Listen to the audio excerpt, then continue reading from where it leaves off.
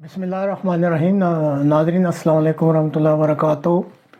نعیم بخاری صاحب ہیں، ان کو پاکستان کی عوام کم از کم جو ہماری عمر کے وہ اچھی طرح جانتی ہے۔ انہوں نے ایک ٹویٹ کیا ہے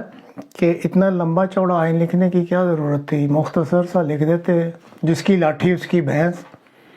اور میں اپنے الفاظ میں اس کو یوں بھی کہتا ہوں، جن کو نہیں سمجھ آتی، کہ جس کا ڈنڈا اس کا سنڈا۔ آج 2 ستمبر ہے اور متعدد جو پچھلے پروگراموں میں یہ کافی بار تسلسل کے ساتھ بتایا جا چکا ہے کہ پاکستان میں جو اپریل کے مہینے میں حکومت کی تبدیلی لائی گئی تھی، وہ ایک بڑی منصوبہ بندی کے تحت لائی گئی تھی، اور عمران خان صاحب جتنی مرضی کوششیں کر لیں، جب تک وہ امریکی شرائط کو قبول کرنے کا عندیہ نہیں دیں گے، ان کو اقتدار نہیں مل سکتا۔ دیکھیں، یہ ایک انسانی تجزیہ ہے، باقی عزت، ذلت، اقتدار یہ اللہ تعالیٰ کی طرف سے ہوتا ہے۔ اگر اللہ تعالیٰ کی کوئی سکیم مختلف ہے تو اس پہ تو کوئی تبصرہ نہیں کیا جا سکتا، لیکن جو بظاہر حالات ہیں اور جس طرح کے حقائق سامنے آ رہے ہیں، ان سے تو ایسا ہی لگتا ہے کہ ان کو اقتدار سے باہر رکھا جائے گا۔ ہاں، اگر وہ کوئی لچک پیدا کر لیتے ہیں اور امریکی پالیسی کو قبول کر لیتے ہیں تو پھر ان کا چانس بن سکتا ہے۔ اور یہ جو امریکی پالیسی ہے، یہ پاکستانی افواج کے سربراہ کی مرضی سے ہی آگے چل رہی ہے۔ اس میں ضروری نہیں ہے کہ جنرل باجوہ ہی ہوں، کل کو اگر وہ نہیں بھی ہوتے تو جو بھی آئیں گے، یا جیسے ماضی میں کوئی اور ہوتے تھے تو وہ ان کی مرضی سے ہی یہ معاملات چلتے ہیں، اور آج سے نہیں، یہ 62 ایئر سے ایسا ہی ہو رہا ہے۔ اب جنرل باجوہ صاحب بھی، جیسے کہ بعض پروگراموں میں بتایا گیا ہے، وہ بھی سوچتے رہتے ہیں کہ اپنے اقتدار کو انہوں نے کیسے طول دینا ہے، جس میں کچھ آپشنز ایسی ہیں کہ ایکسٹینشن لے لی جائے، یا پھر اپنی پسند کا چیف لگا دیا جائے جو کم از کم باتیں تو مانے، اور تیسری آپشن جو ہے وہ بھی دبے لفظوں میں کبھی کبھی کسی کارنر سے آ جاتی ہے، کہ ایک چیف آف ڈیفنس اسٹاف یا چیف آف ڈیفنس کی ایک نئی پوسٹ کریٹ کر لی جائے، اور اس کے انڈر پھر چیف آف آرمی اسٹاف بھی ہو، تو اس میں پھر جو پاور ہوگی اس کی چیف آف ڈیفنس اسٹاف کی، یا چیف آف ڈیفنس کی، یا چیف آف نیشنل ڈیفنس، جو بھی اس کو وہ نام دینا چاہیں، تو یہ پھر بہت ہی طاقتور شخصیت ہوگی۔ اور کوئی بھی جو یہ ان میں سے طریقہ اپناتے ہیں اپنے اقتدار کو طول دینے کا، تو ان کا ارادہ یہی ہے کہ ایک کٹ پتلی قسم کی، چاہے اس کو ٹیکنوکریٹ حکومت کا نام دیا جائے یا عبوری حکومت کا، اس کو وہ لے کے آئیں گے، اور جس طریقہ سے امریکہ بہادر چاہتا ہے اس علاقے میں، وہ یا اس ملک میں یا اس خطے میں وہی پالیسیاں چلائیں گے۔ اب کس نہج پہ یہ حالات یا کیا رخ اختیار کرتے ہیں، یہ بہت جلدی جو ہے، اور جلدی جلدی سے چیزیں سامنے آ بھی رہی ہیں، اور فائنل شیپ بھی سامنے آ جائے گی۔ کچھ حقائق جو ہیں کہ کس طریقے سے یا کس رخ پہ ان حالات کو چلایا جا رہا ہے، ملک کے یا خطے کے، وہ میں آپ کے سامنے رکھتا ہوں۔ 6 اگست 2022، یعنی یہ جو ابھی مہینہ ختم ہوا ہے، یو کے کی جو ایئر فورسز کو رائل ایئر فورس کہتے ہیں، وہ روزانہ کی بنیاد پر اپنا ایک C-17A3، جس کا کال سائن جو ہے وہ ZZ173 ہے، وہ پاکستان کے نور خان کے جو راولپنڈی میں ایئر بیس ہے، وہاں پہ تقریباً روزانہ کی بنیاد پر ایک اس کی فلائٹ جو ہے وہ اتر رہی ہے نور خان بیس پہ، اور یہاں سے یہ پھر وہ روٹ لیتے ہیں رومانیہ کا، اور اس 17A کو Globemaster heavy lift aircraft کہتے ہیں، جس کی کیپیسٹی جو ہے 77,000 کلو گرام کارگو اس میں آ سکتا ہے۔ اور اگر کسی کو اس پہ کوئی ڈاؤٹ ہو تو جو فلائٹ ٹریکنگ ویب سائٹ ہے وہ اس سے جہاز کی ٹریکنگ کر سکتے ہیں۔ یہ جو ٹرانسپورٹ طیارہ ہے رائل ایئر فورس کا، یہ اکروٹیری بیس جو کہ سائپرس میں ہے UK کے انڈر، وہاں سے یہ اڑتا ہے، اور انہوں نے ایران اور افغان کی ایئر سپیس کو اوائڈ کرنا ہوتا ہے، چنانچہ یہ مصر، سعودی عرب اور عمان ایئر سپیس کو استعمال کرتے ہوئے کوئٹہ کی طرف سے راولپنڈی بیس پہ یا راولپنڈی میں واقع نور خان بیس پہ یہ جہاز اترتے ہیں اور فوجی سامان لے کر رومانیہ جاتے ہیں، اور یہ جو سامان ہے یہ یوکرائن کے لیے ہے۔ اب آپ دیکھ لیں کہ عمران خان صاحب روس کے دورے پہ گئے تھے اپنے اقتدار سے ہٹنے سے پہلے، اور اگر وہ ہوتے تو کیا اس طریقے کا کوئی ارینجمنٹ ہونا تھا کہ پاکستان سے جو فوجی سامان ہے وہ یوکرائن جا رہا ہے، اور جو روٹ ہے وہ میں نے آپ کو بتا دیا، جہاز کس بیس سے اڑتے ہیں، کون سا روٹ استعمال کرتے ہیں، اور سامان لوڈ کر کے کدھر جاتے ہیں۔ اور جو اغلب گمان ہے وہ یہ ہے کہ یوکرائن کے پاس نا 155 mm یہ ہوٹزر بھی ہیں، اور آرٹلری توپ خانے کی یہ گنز ہوتی ہیں، بڑی ایفیکٹو ہیں اور لانگ رینج، اور بہت کم ملکوں کے پاس یہ ہوتی ہیں۔ پاکستان میں یہ استعمال ہوتی ہیں، اور پاکستان کی جو آرڈننس فیکٹری یا اسلحہ فیکٹری ہے وہاں پہ اس کے جو ہے وہ گولے بنتے ہیں۔ امریکہ نے تقریباً 77,000 راؤنڈز یوکرائن کو دیے تھے، لیکن جس پیمانے پہ یہ جنگ جاری ہے تو ظاہر ہے وہ ختم ہو گئے ہوں گے، اور پاکستان ایک ایسا ملک ہے جہاں پہ یہ گولے 155 mm توپوں کے گولے جو ہیں یہ وافر مل سکتے ہیں، اور اغلب گمان ہے کہ یہی ایمونیشن بڑی تعداد میں شفٹ ہو رہا ہے یوکرائن، اور اس کے ساتھ ساتھ جو اسمال آرمز ایمونیشن ہوتا ہے رائفلز کے لیے یا مشین گنز کے لیے وہ بھی جا رہا ہے، کیونکہ پاکستان کی جو اسلحہ ساز فیکٹریاں ہیں یہ بہرحال بناتی ہیں،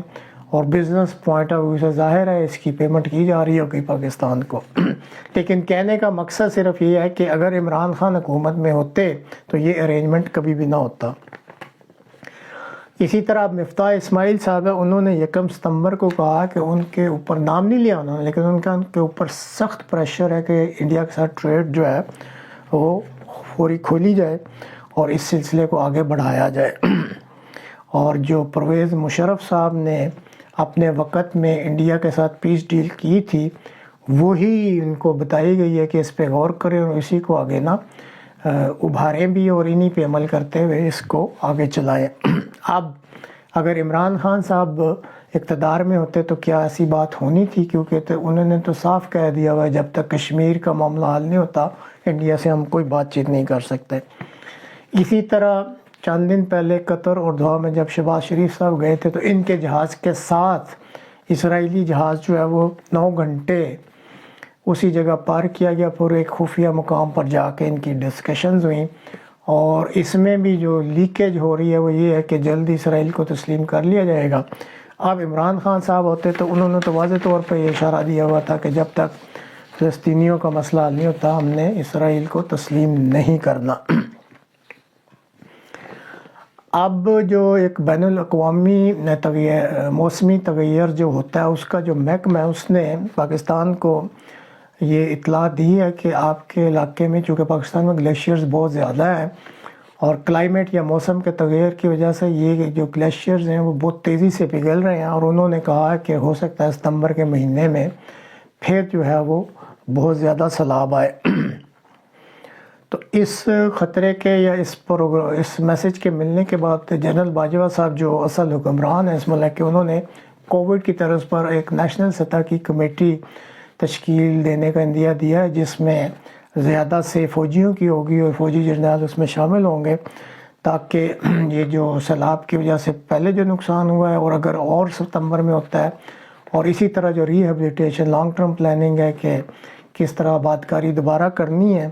تو اس کو بھی تقریباً فوج کے حوالے کرنے کا وہ سوچ رہے ہیں.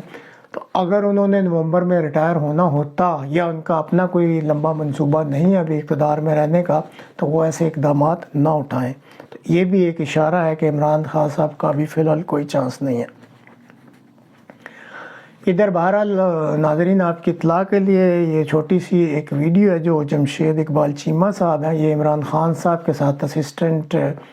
جو کہہ لیں آپ نیشنل لیول پہ سیکٹری تھے فوڈ سیکیورٹی کے. تو انہوں نے یہ ایک لمبا چوڑا پروگرام ہے لیکن اس میں سے کچھ پوائنٹ میں نے لیے ہیں, آپ کو بھی دلچسپ لگیں گے. بہت ہی یہ قابل شخص لگتا ہے اور بہت لاجیکل بات کر رہے ہیں. اللہ کرے کہ یہ بات جو بھی حکمرانی میں ہو وہ بھی سنیں اور ان کی سمجھ آ جائے. انہوں نے 2-3 چیزوں پہ جس پہ زور دیا, آپ یہ ویڈیو سن لیں گے تو آپ کو بھی سمجھ آ جائے گی. تو یہ ویڈیو دیکھتے ہیں. ایشو جو ہے کئی سال سے آ رہا ہے کہ ہم سر معاشرے میں رویے وہ پنپتے ہیں جو اپریشیٹ ہوتے ہیں. کئی سال سے ہم بوٹ پہن رہے ہیں, راشن دے رہے ہیں, دوائیاں لے رہے ہیں, ہیلی کاپٹر سے مطلب آتے ہیں, فوٹو شوٹ کرتے ہیں. اس کو کبھی سوسائٹی نے کنڈیم نہیں کیا. سوسائٹی کو اس کو کنڈیم کرنا پڑے گا. جب تک سوسائٹی یہ بوٹ پہننے کو, راشن کو, میڈیسن کو, ہیلی کاپٹر کو کنڈیم نہیں کرے گی یہ چلتی رہے گی. سو یہاں پہ جو کرنے والے کام ہے 4 ہیں سر. ڈرین. ڈیم کا ذکر بہت ہو رہا ہے آج کل, سوشل میڈیا پہ دیکھتا ہوں بہت زیادہ اویئرنیس پائی جاتی ہے. ڈرین کا نہیں لوگوں کو پتا, اور ڈرین کی سر انویسٹمنٹ بہت تھوڑی ہے. With less than $100 million you can save the whole Sindh. جہاں پہ لاس ہوا ہے ایکسپورٹ کا $12 billion کا, $12 billion کا جو لاس ہوا ہے you can save it with less than $100 million. اگلی اگر بات دیکھیں, رائس, گجرانوالہ, سیالکوٹ, گجرات, لاہور, شیہوپورہ, یہاں کی بارش اور آپ کی بدین کی بارش اور یو کین سے کہ لاڑکانہ اور جیکب آباد کی بارش, یہ برابر بارش ہے. اس وقت 1 ملین ایکڑ انڈر واٹر ہے سندھ میں, اور پنجاب میں ساری رائس 100% ٹھیک ہے, 100% ٹھیک ہے. دریا کے علاوہ 1 ایکڑ نہیں مرا. دریا کے اندر جو ہے اس کے علاوہ باہر جتنی ہے سارے ڈسٹرکٹ 28 لاکھ ایکڑ سر صرف گجرانوالہ ڈویژن میں ہے رائس, وہ ساری ٹھیک ہے. 28 لاکھ ایکڑ پورے سندھ میں ہے تقریباً, you can say it's around 19 lakh acre. 19 lakh acre میں سے 11 لاکھ انڈر واٹر ہے. میکسیمم لاس آپ کے اسٹیبلش ایریا میں ہوتا ہے اور بارش کا ہوتا ہے, اور اس بارش کو جب ڈرین نہیں کر سکتے تو اس کا لاس زیادہ ہوتا ہے ہمیشہ. آپ کوئی بھی کیس اسٹڈی کر لیں کسی بھی فلڈ کی, میکسیمم لاس جو ہے وہ آپ کا اسٹیبلش ایریا میں, اریگیٹڈ ایریا میں ہوتا ہے. تو یہ پنجاب میں جو لاس آپ کو نہیں نظر آ رہا وہ یہ ہے کہ پنجاب کے سارے ڈرین جو فنکشنل تھے, سیالکوٹ کے سارے 5 نالے 6 نالے آپ نے پڑھے ہیں بچپن میں نے بھی پڑھے ہیں, آپ نے لاہور کے پڑھے ہیں, گجرانوالہ کے سارے نالے فنکشنل تھے, ٹھیک ہے. رحیم یارہاں کے سارے نالے یہاں بیٹھے ہوئے مخدوم صاحب بتائیں گے وہ فنکشنل تھے, لہٰذا بچ گیا وہ. سکھر میں 550 اور اس کے سامنے رحیم یارہاں میں 416. سیم بارش ہے, رحیم یارہاں بچ گیا, سکھر ڈوب گیا. سیم بارش ہے سیالکوٹ کو, گجرات کو, گجرانوالہ کو, جہلم کو کچھ نہیں ہوا. اسلام آباد اور جہلم میں جو بارش ہے اتنی ہی بارش کراچی میں ہوئی ہے, کراچی ڈوب گیا, جہلم بچ گیا. تو ناظرین آپ نے یہ ویڈیو دیکھی, چونکہ یہ آسان الفاظ میں تھی, امید ہے آپ کو پسند بھی آئی ہوگی اور کچھ بات سمجھ بھی آ گئی ہوگی کہ یہاں پہ جو سیلاب ہے وہ اتنا زیادہ کیوں آتا ہے اور کس جگہ جو ہے وہ لاپرواہی ہو رہی ہے. اب کہتے ہیں کہ ہمارے ملک میں پھر یہ ایک الٹا سا ہی لفظ ہے, جس کی لاٹھی اس کی بھینس ہے, جس کا ڈنڈا اس کا سنڈا. تو اس کا مظاہرہ میں آپ کو ایک چھوٹی سی ویڈیو بھی دکھاتا ہوں. بہرحال چونکہ اس کو کاپی رائٹ کی وجہ سے اس کو میوٹ کر دیا گیا, آواز آپ کو نہیں آئے گی, لیکن اس میں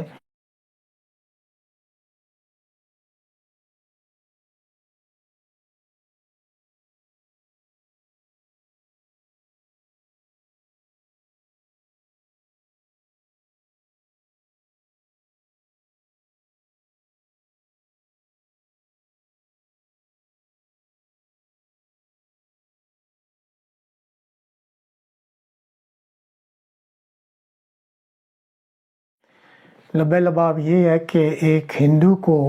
جو یہ سرکاری مسلمان ہیں انہوں نے ٹھکانے لگانے کا نام منصوبہ بنا لیا اور ایک جمگٹا اور ایک جتھا بنا کے اس کی طرف آئے. اور اگر یہ کامیاب ہو جاتا تو یہ سیالکوٹ میں جو واقعہ ہوا تھا اس کی یاد پھر تازہ ہو جانی تھی.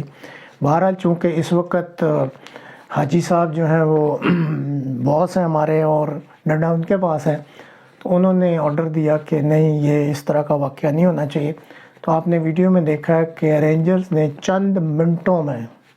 یہ جو نام نہاد عاشقان تھے اور پتہ نہیں کیا کیا نعرے لگا رہے تھے کہ کس طریقے سے ان کو لملیٹ کیا اور پھر ایسے وہ بھاگے ہیں کہ سارا ان کا جو نام نہاد عشق تھا وہ بھی فور سے اڑ گیا۔ اب کاش کہ ہمارے جو بڑے صاحب ہیں، باقی بھی مائنارٹیز بہت ساری ہیں، ان کے بارے میں بھی کبھی ایسا ڈنڈا چلوا دیا کرے۔ اسی طرح یہ جو شہباز گل صاحب کا معاملہ ہے، پھر وہ ان کی ایک ضمانت کی جو ہے وہ سماعت کے لیے مقرر ہو گئی ہے درخواست، لیکن اس معاملے کو لمبا اسی لیے کیا جا رہا ہے کہ عمران خان صاحب کو میسج دیا جا رہا ہے کہ بھائی دیکھ لو، اگر تمہارا چیف آف سٹاف کے ساتھ یہ ہو سکتا ہے تو تمہاری باری بھی آ سکتی ہے۔ اب وہ اس کو کس طریقے سے لیتے ہیں یہ تو وقت ہی بتائے گا۔ ان کا اپنا معاملہ جو ہے، ان کا توہین عدالت کا، ان کو 7 دن کا وقت دے دیا گیا، اور حیرانی والی بات ہے کہ یہ لاسٹ مومنٹ پہ ان کے جو بابر امان صاحب بڑے وہ قابل وکیل ہیں اور نعرے بھی بڑے مارتے رہتے ہیں، ان کی جگہ حامد خان صاحب کو مقرر کیا گیا ہے۔ کس نے کیا ہے اللہ ہی بہتر جانے، لیکن عمران خان صاحب کی ظاہر ہے اس میں رضامندی شامل ہوگی، اور یہ سنا ہے کہ حامد خان صاحب کے تعلقات جو ہیں جوڈیشری سے بہت اچھے ہیں، اور ظاہر ہے وہ جب ایک ریوائز جواب یا ایک اضافی جواب داخل کریں گے 7 دن بعد، اور حامد خان صاحب کے مشورے سے یہ ہوگا، تو اس میں کوشش تو کی جائے گی کہ کسی طریقے سے یہ جو انہوں نے اپنا انا کا بت بنایا ہوا ہے یا خودداری کا، اور اس میں کچھ وہ لچک دکھائیں تاکہ ان کے لیے کوئی رستہ نکل آئے، تو اگر وہ رضامند ہوتے ہیں تو امید ہے پھر کام آگے چلنا شروع ہو جائے گا۔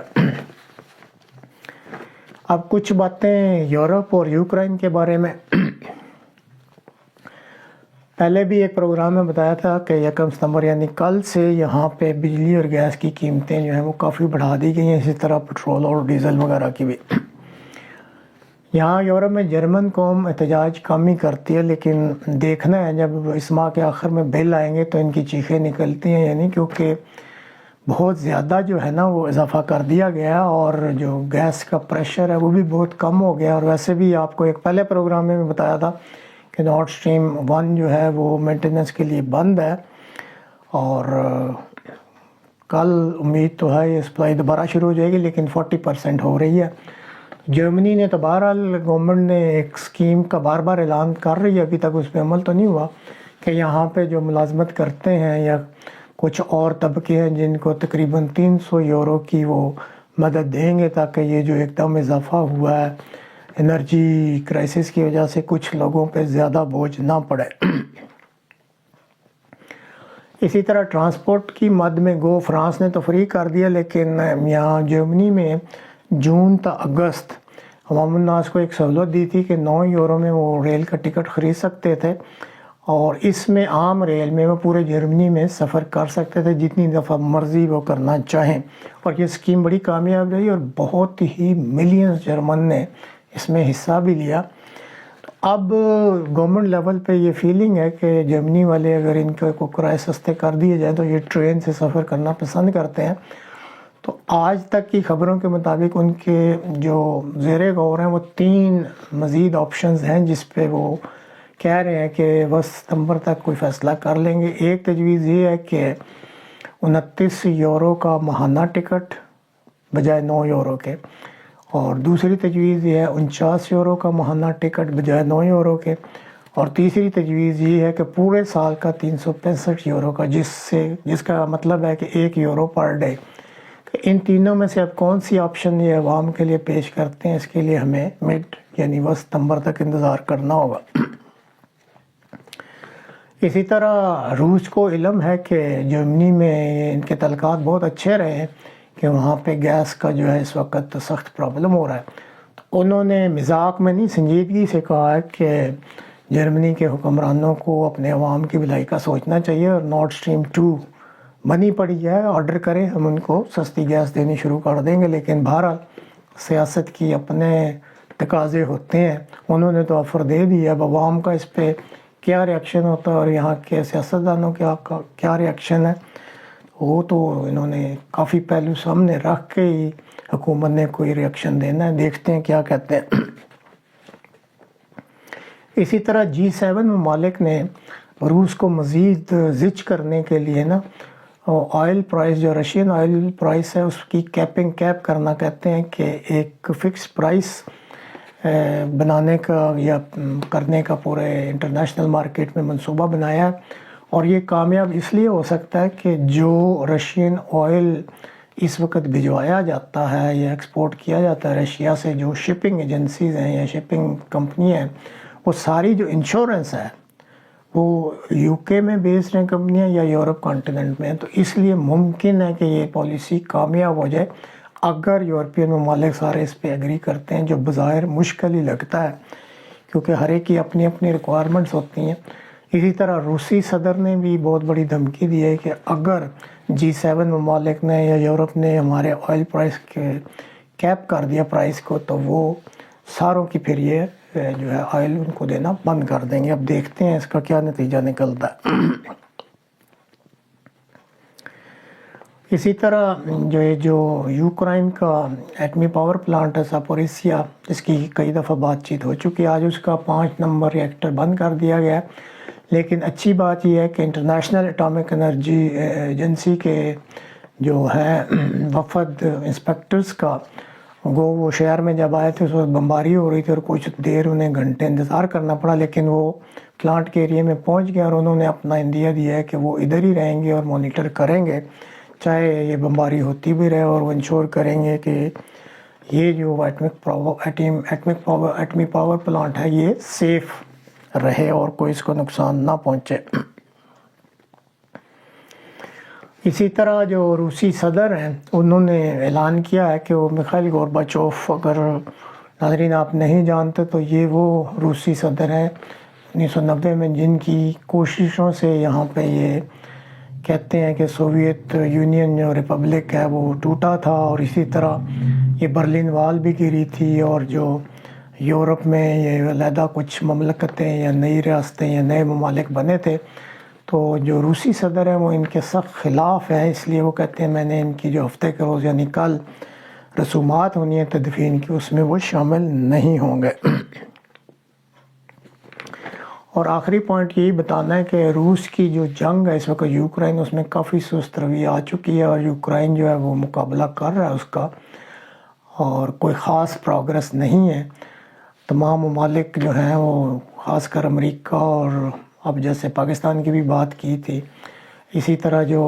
پورا یورپ ہے اسلحے بارود اور ویپنز کے ذریعے یوکرائن کی مدد کر رہا ہے، تو اس وجہ سے بھی جو ہے روس کا جو ہے وہ پروگرس کافی سلو ہو چکی ہے۔ دیکھتے ہیں اب آئندہ چند دنوں میں کس کا پلڑا پھر